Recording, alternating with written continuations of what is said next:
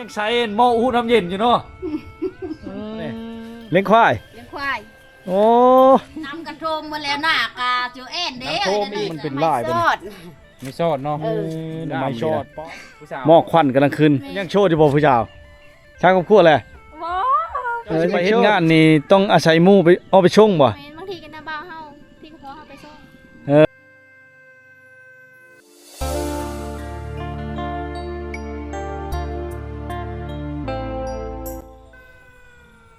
ครับทักทายชาวบ้านดีเอฟซีทุกคนนะวิดีโอนี้เฮาก็มาอยู่ที่บ้านดงตองเนาะเมืองเวลาบุรีแขวงชวนาเขตนำพาพี่น้องมาเที่ยวชมภาพบรรยากาศและวิถีชาวบ้านในขอบเขตแห่งนี้ทุกคนเลยบ้านดงตองนั้นเป็นหมู่บ้านหนึ่งที่ห่างไกลซอกลีกพี่น้องเลยแต่ว่าได้ไฟฟ้าแล้วบางเฮิรนก็ยังบ่ได้เนาะบ้านดงตองนั้นเป็นบ้านที่น้อยได้ต่อจากบ้านหนองกระปางบ้านน้ำมนต์มาจะมาชุดอยู่ในบ้านนี้จะติดกับตีนผู้สร้างแห่ทุกคนเลยเนาะแล้วก็มีวิวธรรมชาติที่สวยงามที่เฮาเห็นดังข้างหลังนี่เนาะบ้านนี้ก็เป็นบ้านหนึ่งที่เฮ็ดหน้าปีเป็นหลักทุกคนเลยเนาะบ่ได้เฮ็ดหน้าแรงหาอยู่หากินแบบธรรมชาติภาพบรรยากาศวิถีชาวบ้านยามแรงๆเฮาได้เบิ่งได้ชมเนาะงามได้ทุกคนเลยเนาะได้เฮาแนมเห็นนี่งามที่เฮาแนมเห็นนี่จะเป็นผู้สร้างแห่เนาะหมอกควันกำลังขึ้นในยามแรงๆบรรยากาศเข้ากำลังงามเขียวสะอุ้มทุกคนเลยในแรงๆแบบนี้เนาะจะได้ยินเสียงขี้แตะฮ้องหรือว่าปูปลาหน้าน้ำเขาเจ้าก็มายามลี่ยามต้นเนาะยามตุ้งอย่างต่างๆได้ก็เลยเนาะนี่แหละคือภาพบรรยากาศในยามแรกๆเดี๋ยวเข้าไปที่ตาเขาส้มภายในบ้านเขาเลยเนาะอันนี้จะเป็นผู้สร้างเฮแล้วก็ทางเข้านี่บ่อพ่อข้าวกับฮอดบ้านเขาเจ้านะทุกคนนะเนาะเดี๋ยวเข้าไปที่ตามส้มแล้วกันนำมาภาพบรรยากาศแล้วก็วิถีชาวบ้านในยามแรกๆเนาะเข้ามาภายในบ้านเขาเจ้าก็จะแนมเห็นวัดพี่น้องวัดที่ยานบุรยาคู่เนาะกว้างขวางได้วัดนี่ก็ได้สถานที่วัดแต่จะมีแต่ต้นไม้ต้นโมงต้นตาลต้นข้าวมะขามมะตองอย่างต่างๆเนาะต้นโพต้นไห้ทุกคนเลยนะทางนี่ก็จะเป็นทางธรรมดาถ้าฝนตกแห้งก็เยอะแยะนี่ในการสัญจรทุกคนเลยแต่พอไปพอมาได้อยู่ก็สะดวกสบายในฤดูฝนเนาะและก็จะมีเฮิรนเขาเจ้าจัดสรรเอามาใหม่เนาะข้างที่จะเป็นเฮิรนเวลาทุกคนเลยแล้วก็จะแนมเห็นวิวภูเขาธรรมชาติที่สวยงามนั่นก็คือผู้สร้างเฮนะอาชีพหลักๆเขาเจ้าคือการเฮ็ดหน้าปีทุกคนเนาะหมู่บ้านนี่ก็เป็นหมู่บ้านหนึ่งที่ชุดอยู่ในบ้านนี้มีแต่ไฟฟ้าสัญญาณอินเทอร์เน็ตจะมีเป็นบางบ้อนนะทุกคนนะ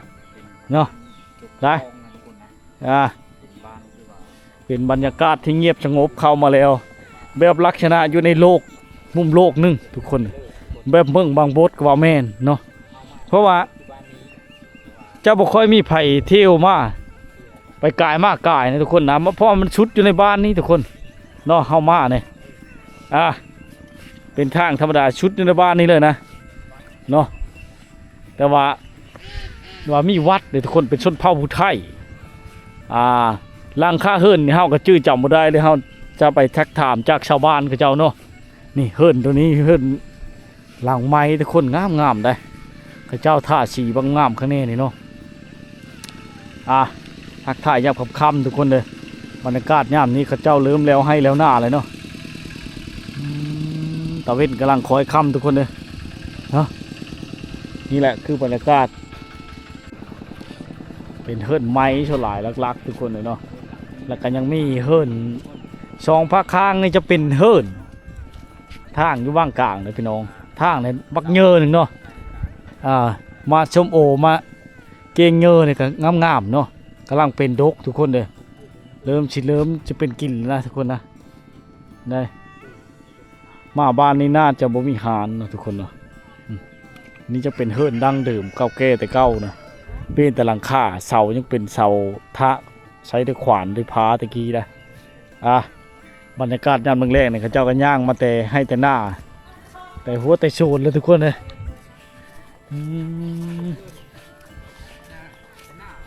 ได้เพื่อมากินแรงไงมีได้เพื่อไปกองไปเลยนะกองฟ้าบ่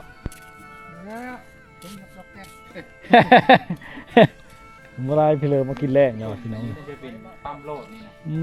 ปิดไปแล้วทุกคนเลย แต่กี้เคยเป็นปั๊มน้ำมันเนาะ เออ ปั๊มน้ำมัน ปั๊มน้ำมันปั๊ม ในชนบทก็ยังเป็นปั๊มน้ำมันทุกคนเลยบ้านกว้างเต็มเลย แล้วก็ปิดโตไปนำเลยน่าจะโชว์มันโควิด19นั่นแหละเพราะว่าช่วงนั้นเป็นเศรษฐกิจที่ยุบชะงักโตลง ก็เลยหยุดเลยเนาะ เลยยุบเลย บ้านเขาเจ้านะมีโซนพัก คือการได้ทุกคนเนี่ยมันจะชนบทแล้วก็มีรถใหญ่เฉยเนี่ยบางเฮิรนทุกคน ต้องยอดมาอู้ยังมาทุกคนแล้วก็ซาลี่เนาะ เต็มทุกคนเลยเนาะผมหมดไฟเนาะคันนี้เนาะทหารคาทุกคนเลยโอ้เครื่องไวดินเขาเจ้าชาวบ้านเขาเจ้าใช้ประจำนะเครื่องไวดินแถวนี้ทุกคนเลย ได้ไปเลยในมือกิน ได้แต่เครื่องไวดินมามัดโห มาแทง มาแตงมาได้ขายป่ะมาแตงอ่ะมากินแตงให้ป่ะแตงกวาเพื่อนเขาเจ้าพูดเข้าไปได้นะก็มีเลยทุกคนเลยเนาะเขาเจ้าเลี้ยงตามกลางบ้านทุกคนแขนมันก็เลี้ยงย่างดีเนี่ยเทิกน้อยพอดีเอาไปทุนแล้วเป็นงวดทุนอะไรทุกคนเนี่ยมันกำงามเนาะฮะงัวนี่สิตามนะโอ้ยยามแล้วสิตามไปจังโอ้ตอนนั้นก็อยู่ทางไหนพุ่นเนาะจากนั้นเขาเข้าแรงแล้วทุกคนเลยไปพุไว้แล้วเนาะฮะคือว่าระยามผลไปทางเลอมาเชื่อกันยะยะได้ไปเชื่อมาเชื่อกันยามแรงๆเลยให้เร็วหน้าเลยพี่น้องเลยสบายดีแล้วให้เร็วหน้าแล้วนั่งเงี้ยนั่งรูปดีเนาะสบายดีมันมีเงินนะหน้ากันแล้วแรง พวกนักกระตกเนาะ กันแล้วเนาะ ดำเอาแล้ว มีจักราคาบ้านเฮาเนี่ย 40 บาท48 49แหละ48 49หลังคากว้างเทิมเนาะ คนออกหลายนะมีน้ำกินฮอดโยก เขาออกไปอยู่ทางคุณบ่แถวหน้ามนต์หนองกระปางคุณเกไปพุ่นชัญราชพุ่น แต่เก่ามันไม่ได้แต่น้ำไฟฟ้าได้เนาะเดี๋ยวนี้มันได้ไฟเลยจะสะดวกสบายแล้วอยู่พีเนาะน้ำ โอ้ยแห่งสะดวกสบายเลยให้หน้าตะกร้าไปอยู่พีเนาะขึ้นบาอยู่หากิน ทอมีหลายเข็งรถมันอยู่กันเงินอยู่ไม่ได้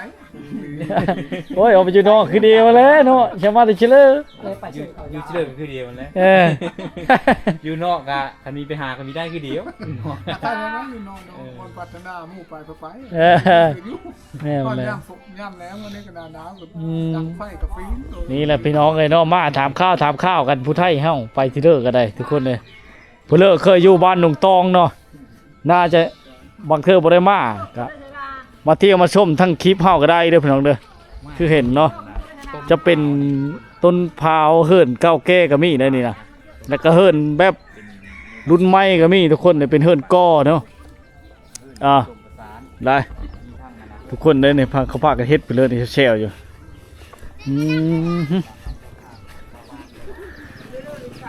พากันเฮ็ดไปเลยนี่นะแอนดีบ่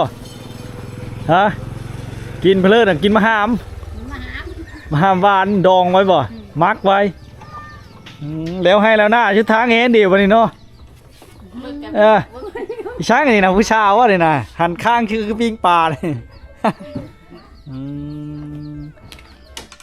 ของกินกับข้าวเนาะแนวหวาน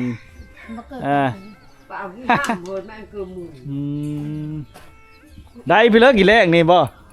ฮะมีจักแนวอยู่ ยังมีจักแนวอยู่มีจักคำบนแล้วอย่างหาเราต้มไก่เลยต้มไก่อยู่ต้มไก่กา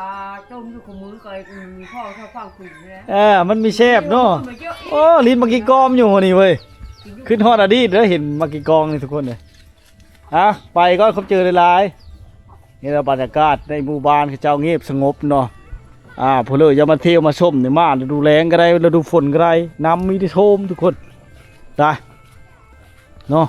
เป็นบ้านที่เก่าแก่แต่กี้นะบ้านดงตองเนาะของชนเผ่าผู้ไทยคนนี่เฮิร์ดหลังนี้ก็เป็นเฮิร์ดที่ดั้งเดิมแต่กี้ได้นี่เขาเห็นเนาะ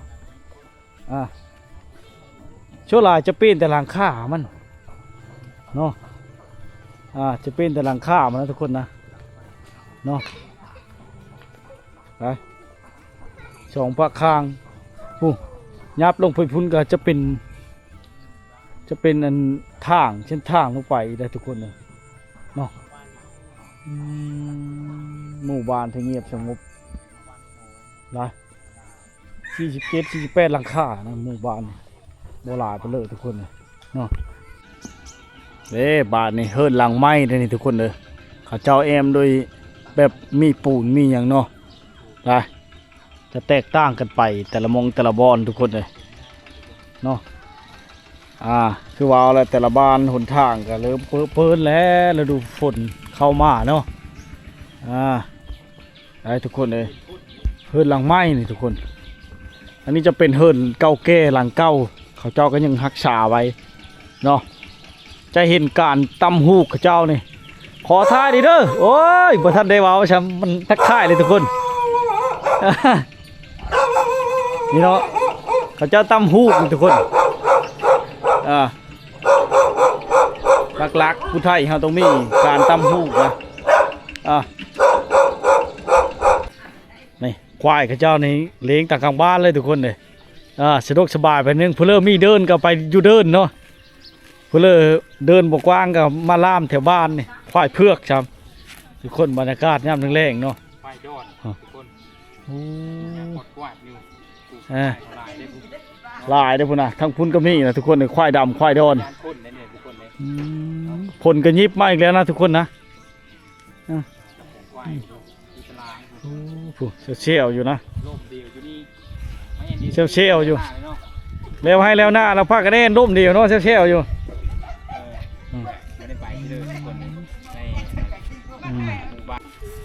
เอ็ดไปเลยนี่นะบ่ชานตุ้มบ่งาตุ้มมัดไปย่างดีเลยตุ้มป่าขึ้นไปเชื่อก็โอ้ยตำโฮงแล้ว ตำโฮยกระเดียวขึ้นเชื่ออยู่ผู้ขึ้นเราเอาไม้ขึ้นเลยนี่นะอยู่ผู้มันก็มีโหอยู่เกินบ่ใช่ไพ่ไม้ช่างไพ่การหาอยู่หากินของชาวบ้านทุกคนเฮียนี่เนาะตุ้มบรรโนบรรนายแล้ว เห็นยูโซชักมาฮอดเลยเนาะฉันจะได้ชื่อพื้นกระโดดระยะพอหาอยู่หากินตามธรรมชาติเนาะธรรมชาตินี่แหละฉันจะกินสุดท้องเลยฉันได้กินเนาะมาบ้านนี้เราจะเห็นชนลายชัดเลี้ยงเขาเจ้านั่นเลี้ยงในกลางบ้านเลยทุกคนเนี่ยยังเลี้ยงโง่บ่เนี่ยเลี้ยงควายโอ้เลี้ยงควายได้เลี้ยงเนาะเด็กโตควายจังนะโอ้มักกะโลงมันน่ะหญ้าตันเลยนะมันบ่ดังช้ำยันนักไล่เสกมันโอ้ตันไว้เนาะอัดไว้ยันนั่นเลยทุกคนเลยควายเขาเจ้านะมันเบิ้งมันบ่เคยเห็นทุกคนเลยมันเป็นเจ้าของมันเนาะนี่แหละพี่น้องเลยควายตุ้ยพี่ดีงามหญ้ามันอุดมสมบูรณ์นะทุกคนนะเหมือนเวียนแถวนี้ปกติโอ้ควายนี่เขาเยอะขึ้นนะผู้จังแห่เลยทุกคนแต่ว่าผู้เลื่อยน้อยกับไว้อยู่บ้านผู้เลื่อยเดินลายเนี่ยนะขันผู้ใดลายแล้วขึ้นพุ่นเนาะผู้เลื่อยลายแล้วไม่ต้องขึ้นผู้จังแห่เพราะว่าขึ้นปล่อยอยู่สบายทุกคนช่วงลายเดี๋ยวนี้เนี่ยมันจะมีแต่ชาวบ้านก็จะอยู่เฮิร์นเลยทุกคนเลยเนาะแต่ว่าค่อยเห็นผู้สาวมาบ้านเลยทุกคนเลยเนาะแต่เป็นบ้านดั้งเดิมแต่ว่าช่วงลายจะเป็นเฮิร์นหลังใหญ่เนาะผู้ไทยฮะบอกว่าที่บ้านใดถ้าเข้ามาจะแตกต่างเลยเขาเจ้าจะใช้ใดทึ่งได้นี่คนเลยใช้ใดอยู่ทึ่งใช้นำทั้งช่างแล้วใช้ใดอยู่ทึ่งในแบบบ้านเฮานั่นแหละทุกคนเลยบ้านเฮาก็จะใช้ใดอยู่ทึ่งแบบนี้แหละนะจะบ่แตกต่างกับบันไดเนาะบ่มุ่งก็ได้นี่ใดรุ่นนี้ทุกคนเนี่ยถือพลก็บ่เป็นอย่างนี้เนาะพวกท่านนั้นก็แอนล้มเดียวแช่วอยู่นะทางนี้ก็เฮ็ดเวนี่สองเท่านี่ทุกคนเลยลูกก็ล่อท่านี่ที่คนไปเชลเลอร์นี่นะคนเข้าตารางบ่พื้นนี่เนาะพื้นดังโอ้อันกกยางโบ่งเนาะถ้าเอาเปิ้ลมันเลยก็มันตายเลยก็คนเข้าไว้ดังไพ่บ้านในพลโต๊กเลยทุกคนเนี่ย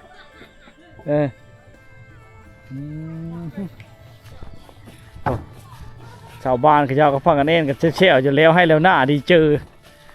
เข้าหน้ากันคือจริงงามดีปีนี้มียังอันนี้นะบ่มันยังอันนี้นะ แนวเก้าแก้เลยทุกคนผมบ่จักชื่อมันเนาะ ขามันบอก เอาเขาบ่ฮู้กัน ขาอิ่ว ฮู้แต่กากนะอันนี้บ่ฮู้ลืมเลย จักซื้อเนาะ เครื่องใช้บูห่านเฮ็ดตำพาตำเพแต่เก่านี่ ตารางเรา แนวหากินกันเจ้าเลยทุกคนเลย กระบอกหางเห็ด ฮะ หางเห็น กระบอกหางเห็น กระบอกหางเห็นตำพาเนี่ยนะโว้ จะลงกำเลยเนี่ยเนาะ สิลงนี่หากินอันนี้เออ คนบุกอันนั้นจ้า อืมพากันแน่นกันจะได้เข้าหลายบ่พี่สิมาเนาะ จุ่มเดียวแอนเดียวอยู่นี่เนาะ เอ็นนำกระทงมาแล้วน่ากาจูเอ็นเด้อนั่นจ้ะ มันเคยโทรมาแต่ละปีนะ โทมล่ะทงเลือดทงกระทง เดี๋ยวมันน้ำแกงมีแม่ ท เนาะ งลายมันกระทงหา น้ำพาไปซื้อ มาแล้วมันก็ลง คนเออ มันตายเพราะมีกาแซมแล้วมันลาเลยเนาะ มีแต่ท่าเกี้ยวเลยเออนี่แหละชาวบ้านก็เอ็ดล่มกันทุกคนเลย เมืองเลือดนี่ มาแต่เมืองว่างนี่แหละก็คือนี่แหละ เดี๋ยวมันไปจุ่มนี่แหละ เออ เนื้อไก่ไปเลยหรอกเดี๋ยวประชูได้เข้ามาชื่อ จะลายไปทางอื่น ๆเข้ามาเธอดีกว่านี้ อันนี้จะเป็นทางซอยของหมู่บ้านจะเป็นขี้ต่มนะทุกคนนะทางธรรมดาเนาะรถจักรก็จะไปยากเลยทุกคนเลยลิฮันลินี่นะรถจักรนะมีไปตามทางเลยไปทั้งเลิบง่ายเลยไปทุกคนเลยบ้านนี่ก็เป็นบ้านที่เหลิมได้ห้องน้ำนั่นได้เกือบคู่หลังคาเฮิรนทุกคนเนาะจะเหลิมได้ห้องน้ำได้มีภูเขาผู้สร้างเฮอ้อมล้อมแล้วก็มีเฮิรนหลังไม้เนี่ยหลังเก่าเนี่ยซับปุ่นคนเล่กันไปถึงมันสิชุดอยู่นี่ได้บ้านที่ห้างไก่ชุดแหละเป็นบ้านลึกลับของพระผู้ไทยบ้านหนึ่งเนาะโอ้ได้เพลินกินฮะแกงหน้ำไม้มียังกันนี่นะไฟฉาดชอนนี่บ่โอ้มีฉาดชอนอยู่เนาะปลาลายว่าได้ฉาดชอนโอ้พระเท้าว่าฉาดจับเบอร์เลยเด้อได้สองด่างทุกคนก็จะแม่นฉาดไหมวันนี้แล้วนี่เนาะโอ้ปลาดุกเข้าไปบ่มีง่าแป๊กแต่ในเดียวทุกคนแต่ปลาอ้อบ่ได้โหมียังเราเบ็ดพอหมดเลยนะเออฉาดชอนนั่นแหละเจ้าฉาดเนาะโอ้ไหวเจ้าฉาดก็ได้ไม้จักไผ่ไม้ไผ่บ้านเลยเนาะไผ่ธรรมดาไม้ไผ่ป้าโอ้ตัดเป็นแต่ป้าพุ่นนี่แหละพี่น้องเอ้ยวิธีชาวบ้านการหาอยู่หากินในฤดูฝนบ่ได้ขึ้นผู้ขึ้นพากันหาสารซ้อนไว้เชื่อป่าเนาะฝนตกเดือน9เดือน10จังน้อยก็เต็มมายะแล้วเนี่ยหอให้มันมานะพ่อเฒ่าเด้อมีแต่ขี้เด้อเนาะสารตัวนี้เนาะขี้บ่ คิกมันก็มีคิกบอกคิกมันก็บอกทึก ในนั่นเนาะ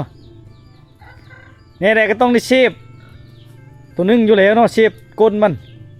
เฮาก็เคยชาดอยู่ในนี้ยังบ่เป็นแล้วบ่ได้ชาดหึงเลย ยังใส่หม้ออู้น้ำเย็นอยู่เนาะมีตู้เย็นอยู่หั่นยังกินอันนี้เนาะ สะอาดได้น้ำสะอาดแล้วมาทอด มาทอดเชื่อขับบ่หาเชื่อบ่ได้ใช้กระทะก็ต้มเอาอ่ะต้มมาเลยเนาะมาเชื่อนี่ ไม่กลมเลยนะเอาชื่อน้ำสะอาดมาเถอะ เข้ามาส่งหมอดบานทันทีกะ ซื้อ เอามาลง นี่นั่นเนาะก็สะดวกสบายบิ๊กเบบมีตู้เย็นก็บ่แซ่บช่ำอู้นี่บ่เคยกินเลยเนาะ เป็นเฮือนคั่วที่นี่เฮือนหลังเก้าบ่เนี่ย เต่าหูปู หลังมักเยอะเฮือนหลังเก้าที่ของนี่นะผู้ไทยเฮาเนาะกี้ย่าตำหู้หรือบ่เลยนะมีแต่กี้ชื่อน่ะโอ้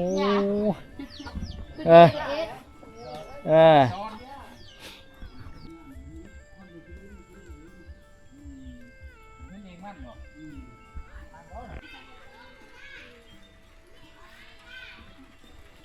ไปรถได้ ฝนกระลิ่นฝนกระตกทุกคนเด้บรรยากาศยามแรงๆเนาะบ้านดงตองเนี่ยเขาเลงงัวเลี้ยงควายเนี่ยบ่ลายไปเลยเพราะว่าเขาขึ้นผู้ทุกคนเลยดูเป็ดไก่เชี่ยวๆอยู่โอ้เอ็ดเพลอร์นี่นะเคี้ยวมากว่ะโอ้เป็นกระปุกข้างนี้เนาะ แคลเซ็ต มาแล้วน้องมาใส่แล้ว โอ้ อันนี้ ชา ชา ญ ญแล้วนี่ การจักชาญนั่นนี่ ดิเข้าไปเลย เข้า ดิเข้า ยังเห็นหุ่งอยู่บ่เท่าเนาะเก่งเนาะเจ้าเนาะ เห็นกับลาบริงงเม็ดนั่นแหละ เคยชาดเลยเด้เนาะ ตุ่มอยู่ทางหลังกับสลานอยู่เนาะแกนตุ่ม ตุ้มเอ็นตุ้มปลากดตุ้มนั่นบ่ ทุ่งกับขาวทุ่งกับลุก เชื่อใช้ชี้บ้ายนี่บ่ ได้แล้วเขาไปชื่อเฮ็ดขาย เฮ็ดขายโอ้ด่างเท่าเลอ ชาชิปที่ชิปไปแล้ว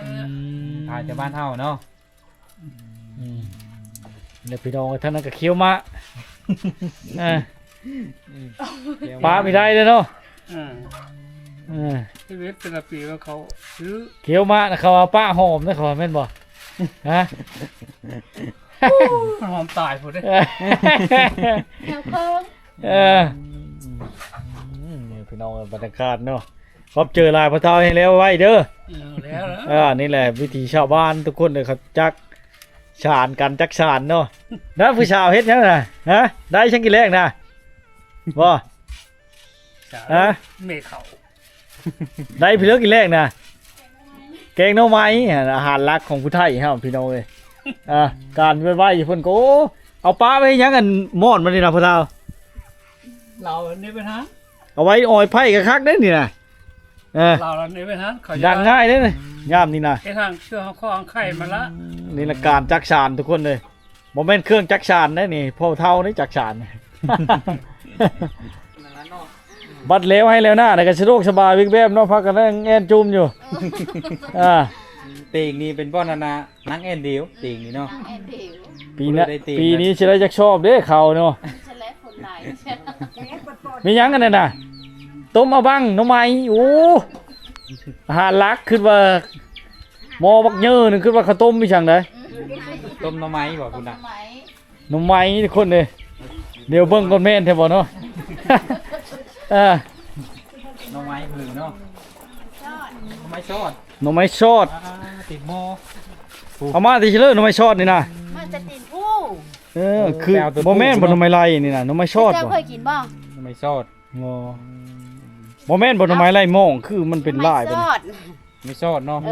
หน่อไม้ชอดป๊อดหม้อบักเยอะทุกคนนี่จนเต็มหม้อพุ่นเลย มีฮ้อนเลยเนาะจะจับหมดแล้วเนาะ ฮ้อนนั่นแหละแหละ เน้นน้ำมันอ่อนแล้วกันก็จกได้ สิเอาไปยายพี่น้องบ่นี่ต้มในลายนะ ต้องกินอาหารรักเนาะ อาหารหลักๆของชาวพุทธไทยทุกคนเลย เมื่อหนาทงนะไปนะเขาอ้าย โอ้ย โอ้ยบ่เอาได้ มีเอาได้ เอาขอบเจอหลายๆป้าความมีน้ำใจของชาวบ้านทุกคนเลยเราจะเอาหน่อไม้เฮ้อ กินเชื่อทงเฮ้อ บ่เป็นจังเนาะขอบเจอหลาย ถือมันย่าถือแม่บนซื้อ ๆหาหน้าจะเหงาพากไปน้ำเจ้าก่อนพุ่นนี่ เนี่ยมาได้บอนเจ้าเจอไปกิน บ่เป็นจังดอกโอ้ยขอบเจอหลายๆที่มีน้ำใจอันงดงามทุกคนเลยเห็นผู้สาวไปน้องเห็นผู้สาวมาถ่ายเอ้ามาเจ้าคือผู้ไว้น่ะน้องชาวฮะสบายดีน้องชาวหาเจ้าก็หากันนั่นแหละนี่เลยนึ่งข้าวเป้าไผ่แล้วเลย แล้ว คำจุนี้แล้วเลยเนาะงามเลยธรรมชาติบ้านเจ้าเนาะโหแน่มาทางหลังผู้สาวทุกคนงามเลยนะ ผู้สาว หมอกควันกำลังขึ้น เมน มันนี่เฮิร์ดเจ้าปะเนี่ย หลังน้อยๆทุกคน นึ่งข้าวเลยเลย แล้วมาแล้ว แล้วมันเลย มาแล้วไว้เถอะเนาะ ทำ นี่มันเฮ็ด 5 โมงนึ่ง เขาคือจะไฟได้ยังมา ในนั้นถือไอ้กันมาแต่จะชุ่มนี่แหละ ซื้อนั่นเลย ซื้อน้อย น้อย สาวน้อยคือคุณอยู่เนาะ ฮะ คือคุณเจ้าเคยไปลิ้นพายนาเตอร์ป่ะ ไผ เจ้าน่ะยักลักษณะคุณอยู่แต่บ่รู้ชื่อเราลักษณะเคยเห็น น้ำเขาพูดได้ ฮะ อ๋อคุณนั่นน่ะ เมน อ๋อเฉพาะนั้นยังมีอายเนาะ กันคนอื่นนี่ไปแล้วนี่นะ นี่ได้ โอ้ในนั้นบ่ ไปทางไปไอ้คลิปน้ำเขาเลยชื่อบ่ ไปอยู่น้ำครับผม ไปขายเครื่องน้ำเขา เจ้าก็มีช่องบ่น้องสาว มีแต่ซองติ๊กตอกเข้ามาเลย ติ๊กต็อกติ๊กต็อก บ่ได้ ดังในติ๊กต็อก บ่ไม่ได้ดัง อย่าว่าเฮ็ด YouTube นำ เฟ ผู้ ซ มา เด็ หาเจ้าสีผู้จักเล่าบอก เฟซเด็ ถ้ามาเลยนะ ถามหาจะชื่อสาวชีนะในคนบ่ในคน คนบ่เด้อ หมู่น้องบ่ เพื่อนเราอยู่นั่นแมน แม่ เพิ่ น นเป็นเทาซีอันเดียวกัน อันเดียวกันนั่นแล้ว อันเดียวกัน ชี้ นั่น นี่ แล้ แล้ว ว ใครบอก นะชาวล้อมเด้ จะล้อมอยู่ แบต บ้านที่นา แบตรถละเมิดอยู่ในบ้านหนองกระปางนะแต่ละแบตไพ่รถละเมิดแต่ละเอาบ่ได้หมดไพ่ดอกเรา โอ้ยังโชว์อยู่บ่ผู้เจ้าฮะฮะช่างกับครัวแหละ ว้า ยังโชดอืม ยังโซดอยู่บ่ซะหรือว่า บ่ได้มีผมเชิญตากับผมสิ ยังโชดอยู่อัน โซดอยู่เนาะ ยังเข้าโรงเรียนอยู่บ่น้องสาวน้อย ไม่ได้เฮา ย่าแล้ว อ้อเลย อ๋อได้จักปีนะ อ้อหลายปีแล้ว หลายปีแล้ว แต่เก่าน่ะไปอีกงานบ่ นี่ก็ไปอยู่ห้ามาพัก อ๋อเอ็ดเวทเวทอยู่ซิแล้ว อยู่ไม่ได้นี่ เฮ็ดเวรอยู่วิระเฮ็ดงานอยู่วิระแล้ว แสดงว่าถือช่วงพักชื่อได้ชื่อว่ามาจังพบบังเอิญพอเลยเนาะ เขาคิดว่าพอได้ลงมือเบิ่งกัน บังเอิญพรช้างเพิกในป่าเลิกทุกคนเลย เพื่อสิเห็นจนค่ำ ซื้อซื้อช่อง TikTok น่ะ ซีซันก็ฮาน้อย น้อย น้อยจะชื่อพัชราหรือภาษาไทยนะ ภาษาลาว พัชราโอ้มีสัญญาณบ่อยู่นี่นะ อยู่นี่ราชญานบ่ คือดังติง มันได้บอลนี่บอลบ่มี แสดงว่ามีแต่เฮิรนเจ้านี่ได้ใช่นี่นะ บอลยูซิเลอร์ก็ได้คือเดียวบางบอลได้เฮาว่านี่เห็นเพิ่นเลย ยังไม่เห็นเพิ่น เห็นแต่เจ้านี่แหละบังเอิญเด้อ ไอ้เจ้าซับซ้ายเลยนี่ โอ้ยบ่ได้แห้งบ่ได้มีสัญญาณเลย มีได้อยู่บ้าน ดังชื่อ แม่น ขึ้นตัวอ่าบ่ได้เลยตัว ทางเนาะมาพักจังมือมาพักน่ะ มาพักชิปมือแล้วก็เฮายังทันได้ไป พัก10มื้อเฮ็ดเวทจังมื้อนี่เฮ็ดเช้ามื้อ เจ้ามือบ่ เช้ามื้อพัก10มื้อว่ามันก็ดีแล้วนี่น่ะ เช้ามือ30ปลายมือขึ้นได้ พักไปมือ ม อยู่นั้นบ่อยู่หนองกระแดงคุณบ่ แม่นอายุคุณใส่ อืม อ๋อถ้าอยู่หนองกระแดงแถวหนองกระแดงละแม่น30ปลายพัก10 กันจะมาหาเจ้านี่ต้องหาช่วงพักช่วงวันที่เท่าไหร่เจ้าพักนี่สมมุติมาหานี่ สมมุติเฮามื้อก็เดินทางพุ่นแหละได้มาอีก ช่วงเดือนหน้าน่ะต้นเดือนบ่หรือกลางเดือน ที่11เฮามื้อ ที่ เฮาลาอีก5มื้อเด้เฮามาได้10แล้วครบ10มื้อแล้วแต่ว่าเฮาลาตื่มอีก ล่างาน แม่นมื้อบ่ได้ฝนตก ฝนตกเนี่ย น้ำท่วมท่าจังได๋แฮงมื้อบ่ได้แล้วน้องสาว มาได้เฉลยนะ มาก่อน มาแต่เฮิรนไปเฉลยจ้ะไปดินเฮ็ดเวรงานแล้วเจ้าก็สิไปลิ้นบ่น้องสาวนี่เจ้านี่ก็ เฮาลงมาเบิ่งซื้อ ลงมือมาซื้อโอ้ดีเนาะดี ได้ แล้วดี ได้ แล้ว ภารกิจแรกเนี่ยน้องสาว เพิ่นลงไม่ได้ มีได้ คุณเลิศจ้ะหน้องไม้บ่หลัก หน่อไม้ลักๆเพราะว่าอยู่บ้านมันนุ่ม ๆเนาะ มีน่ากิน คันไปยูนบ่ได้เดะจนเบื่ออาหารพุ่นแล้วเนาะ พอแต่แก่อยู่พุ่นน่ะเนาะ แต่คุณจะได้กินล่ะ มันมีผู้เฮ็ดกินเฮ็ดกินบ่เลยชุมน้องเอ็ดเอง เฮาเป็นผู้ช่วยโคเด้ ทำสิกินจ้ะ เลิกกินโลด เป็นผู้เอ็ดเองเนาะ คันเจียวมาเฮิรนแล้วบ่ได้เนาะมีแต่เฮ็ดอยู่พุ่นเนาะ แม่น นี่แหละพี่น้องมาเจอบรรยากาศบังเอิญน้องสาวย่างลงมานะคันจังกันแล้วบ่เห็นจ้ามาตามหาสาวชีมาเห็นสาวน้อย เป็นชาวน้อยนะ ว่าน้อยเป็นใหญ่เนาะ ได้จักปีแล้วอายุจักปีแล้วเนี่ย 17 18ปี 17 18ปีแล้วถือว่าจ้างครอบครัวได้แล้วผู้ไทยฮะถึงเนาะ ฮะ ยังทันจะได้ ยังไม่ทันจะได้ไปหาเงินก่อนเนาะ ยังจะหาเงินก่อนโอ้จบหลายพี่น้องเอ้ย หาเงินอันน่ะตั้ง หา รัก เงิน ได้ ช่างครอบช่างครัวกันน้ำหลังเนาะหลายคนบ่จะเฮิรนเจ้านี่ล่ะ 4-5 คน 4-5 คนเจ้าเป็นลูกชาวลา เฮาเป็นลูกสาวกก สาว หรือชาวกกเลย มีน้องชาย น้องชายคนหนึงน้องผู้หญิงคนหนึง เป็นยิ่งคนหนึง แสดงว่าแบกภาระครอบครัวขนาดเจ้านี่เนาะ หาเงินมาต้องอาศัยให้พ่อให้แม่ให้น้องให้นุ่งแน่บ่ ที่สุดเป็นลูกสาวกกเด้ ชูชนขนาดเนาะ ลูกสาวกกแล้วต้อง ภาระของ แบ ครอก บค ภา รัว ระแน่ แบกภาระเลย นี่เลยพี่น้องเอ้ยถ้าเพลออันยากชูชนเนาะคือเว้าแหละ สาวแกงแห้งเมืองเวลาบุรีแหละต้องลูกสาวกกวันนี้แหละทุกคนเนี่ย ชูชนกับอุปสรรคทุกอย่างสาวกกเด้ว่า หาเงินมากกับจนตัวเองก็บ่ได้ใช้ให้เขาอีพ่อยแม่บ่ ไอ้เริ่มมาอยู่บ้านน่ะอยู่ได้บ่มันมีสัญญาณนะ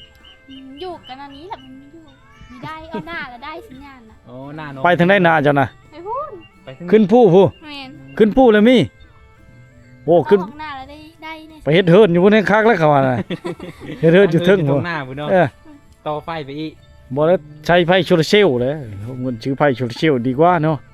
สิต่อไฟไปแต่พี่แห้งงบประมาณหลาย จักแล้วคันว่าช่างครอบช่างครัวเลยเนาะได้เงินได้ค่ำเนาะอ่า อยู่คุณมีแม่นเฮ็ดไปสร้างบ่ทั้งนั้น ผู้ชาวคือสิหลายแต่บ่ลืมเขาก็โป๊บบ่เนาะ จนหลังไม้มีแต่น้องนี่นะเนาะน้องเคยผ่านเฮากล้องมาแล้วเคยผ่านกล้องมาแล้ว อายุ มีอายเปเลยได้ยินเสียงแบบนี้ลงมาโลดโอ้ทักทาย เอา ดี คือ กั มาน เสียงเพ้อได้ ทักทายดีกันนะน้องผู้สาวบ้านนี้เนาะวันนี้แหละสาวน้อยสาวบ้านดงตองเนาะยังโสดอยู่ได้ทุกคนเลยสามารถจีบได้ก็เลยจนเจอกันกันว่าพื้นผู้บ่าวจะมาล่มนี่มาได้บ่มาก็มีทื่อโซงพักก็มีเห็นแล้วเนาะ สลายมาได้ ชนลาบ่ชูมาเนาะ มันอยู่เนาะสลายเพิ่นก็ไม่ได้เอามาอยู่บ้านเนี่ย เอ ญาติมัน อ ก็ไม่มีแน่ สัญญาณก็ไม่มีแน่ยากเนาะชนลายก็บ่ชูมีไผเข้ามาถ่ายทำจักเทื่อเลยเนาะบังเอิญจะวายก็หาเข้ามามื้อเดียวนี่ก็เจอเจ้าช้ำถือว่าบุญวาสนามีได้มาพอผู้ชาวงามเนี่ยเออ เออง ามขนาดได้สาวบ้านดงตองทุกคนเนี่ยงามผู้หนึงอีกนี่ผู้นี้ก็อืม เอามาขามเนาะ ปกติไป ปกติมีแต่ตอนแรกบัดนี้ ไปตั้งเงินหลายกันมีพบมีพอคนจักไปจิเด้อเมิดหายคำ เขาไปให้ไปหน้าเลย ให้ไปหน้าไปเฮ็ดเวกสลายแถวบ้านน้องเฮาแม่อยู่บ้าน แม่นบ่ มีย่างกับฝนตกเนี่ยไผสิอยู่เฮือนอยู่ซ่านช่วงนี้แล้วยังไข่ได้เขาแล้วให้แล้วหน้านี่ชักก็เงียบสงบคักปานยังเออ มื้อแรกนี่ไม่ได้แนวกินเลยน้องนะฮะหรือว่าท่าอีพ่ออีแม่มาแตหน้า เอามาจ้าแล้วพอเฮาบ่ได้เพราะมันพูดแล้ว ขึ้นผู้ โอ้ไปหากินอยู่ผู้น้องก็เคยขึ้นบ่ เงิน เออไปเก็บยกกังแค้นบ่ไปยังไปหาหน่อไม้ ตลาดไปหาหน่อไม้ได้เนาะ หลักๆคือหน่อไม้ หน่อไม้ยังอยู่เทั้งผู้น่ะ หน่อไม้เทหน่อไม้สด หน่อไม้เทหน่อไม้สดมันเป็นไปได้หน่อไม้เทน่ะ แม่นหน่อไม้เฮบ่แบบเลย จะขายหน่อไม้จักไผ่น่ะบ่ กำมันจะแข็งๆมีคลายเด้อดอก อ๋อ หรือจะขายหน่อไม้กระเฉดนี่บ่รับมันเยอะบ่ ไปรับมัน ห นี่ น่อไม้แท้บ่เคยได้กินจักเทื่อก็บ่ฮู้แล้วบ้านนายบ่ได้ใกล้ผู้เนาะก็เลยบ่รู้จัก คือเดียวดอกบ้านเฮาคือ คันที่ช่วงน้องพักงานพุ่นแหละมาโอกาสหน้าให้พาไปเอาเนาะสิฮู้ พาขึ้นได้อยู่บ่ มันได้อยู่แต่ มันได้อยู่ มาคำพูด คำเท่านี้บ่ได้เนาะบ่สามารถไปได้ต้องมาแต่เช้า ไม่ได้เอ็ด แต่ช่วย ไม้อยู่ผู้บ่ไม่ได้เอ็ดบ่ไม่ได้เอ็ด เอตนา เอ็ดต อื นา มแต่กี้น่ะเคยเฮ็ดอยู่เนาะแต่กี้เนาะ โซนมะแตงเนี่ยไม่ได้บ่โซนมะแตงไม่ได้ ไม่ชูเอ็ดปูแต่หญ้าเลยโอ้ย นี่แหละคือเฮิรนสาวน้อยทุกคนเนาะเฮิรนหลักก็มีเยอะไปเลยได้ก็มีแผน GS เฮิรนหลังมืออยู่นะถ้าใดถ้ามีต่อหนาแล้วก็ชูชีวิตผู้หนึงเป็นอุปสรรคอย่างใหญ่เนาะเนื่องจากว่าลูกสาวกกทุกคนเลยน้องกับผู้หนึง2 คนเนาะกับพ่อแม่เฮิรนหลังน้อยๆกาเกี่ยมที่ช่างบ้านไม้นี่เราก็ได้อันนี้จะเป็นเฮิรนขั้วแล้วนะต้องในก็เป็นเฮิรนห้องเดียว เป็นเฮิรนผ่าไม่เฮกระแตะคือว่าชนชั้นกับค่อนข้างจะลำบากเนี่ยทุกคนเลยนี่มีแผนที่เฮ็ดเฮิรนหลังไม้เนาะกันจักตอนใดแล้วจะชี้ได้ทุกคนเลยแต่ว่าวิวธรรมชาตินี่งามขนาดบานนี่เนาะคือเห็นนั่นแหละได้ทุกคนเลยย่ำเจ้าสิไปเฮ็ดงานนี่ต้องอาศัยหมู่ไปเอาไปชงบ่ แม่นบางทีก็หน้าบ้านเฮาที่ขอเฮาไปส่ง ในนั้นก่อนสิได้ไปเฮ็ดงานน่ะได้ แล้วมันมีคันเดียวเด้ เธอนะครับกันหมู่ เด้เธอยากเนาะ เขามีไปเอานี่เขาถือโจงภาคกันไม่ได้มาเลยแม่นบ่ เขามีป้าเขาอยู่เด้อเขาไม่เอาอยู่แล้ว เขาไปเอาอยู่แล้ว ขอเฮาเขาป้าให้อยู่เด้อ ฉันก็ให้พี่น้องไปเอาเฮ้อเนาะ แม่น มันก็บ่ได้ไกลไปเลยแต่ว่ามันเป็นบ้านที่ชุดอยู่ในนี่มันเป็นบ้านที่ช่องลีก บ้านเฮามันสุด ไผก็บ่ชุดได้เข้ามาได้น้องสาวเนี่ย เป็นบ้านที่ห่างไกลซอกลี่ว่าลุงแล้วกันเนาะ ก็ยังโชคดีที่เราได้มีงานเอ็ดทุกคนเลยแต่ว่าคือว่าแหละช่วงพักงานจึงได้มาบ้านเนาะ บ่ได้ขึ้นฮอดบ้านบ่ช่วงไปเฮ็ดงานนะ มันได้มือพักแน่ธรรมดา ใครได้เนาะฝนตกเลยทุกคนเลย คนเดี๋ยวนี้ก็ลิ้นย่อยๆอยู่ ผมยิบเลย อาบน้ำแล้วเรียบร้อยน้อง ยัง เอาคืน ไล่โหไล่ไปเลยนะจ๊ะ ลักษณะคือคนอาบน้ำแล้วนี่แหละเนี่ย เบิ่งคือคนอาบน้ำนี่แหละ อ่า ก็เลยเว้ยเด้ นั่น แล้ บ่ วเว้ย แม่นได้เห็นได้เพิ่นแล้ว นึ่งข้าวบ่ชนีน่ะอยู่เพิ่นอายมานั่งกินอยู่เสียงก็มีอิ่มขึ้นมาเว้าน้ำเพิ่นจ้ะว่าน้ำหมูบ่เขาอยู่เพิ่น รถไข่เขาว่าน่ะ เขาจะเอาที่เด้อเอาลูก สบายได้รถไทยนี่เนาะแก้หันแก้นี่ก็สะดวกสบายไปอีกแบบ ในระดับต้องมีรถไถทุกหลังคาเฮิร์เลยไม่ได้เลย ชุดน้องก็ได้บ่อ่ายังบ่ทันได้รถไทยใช่มั้ยเจ้านี่ มีคันได้รถไถ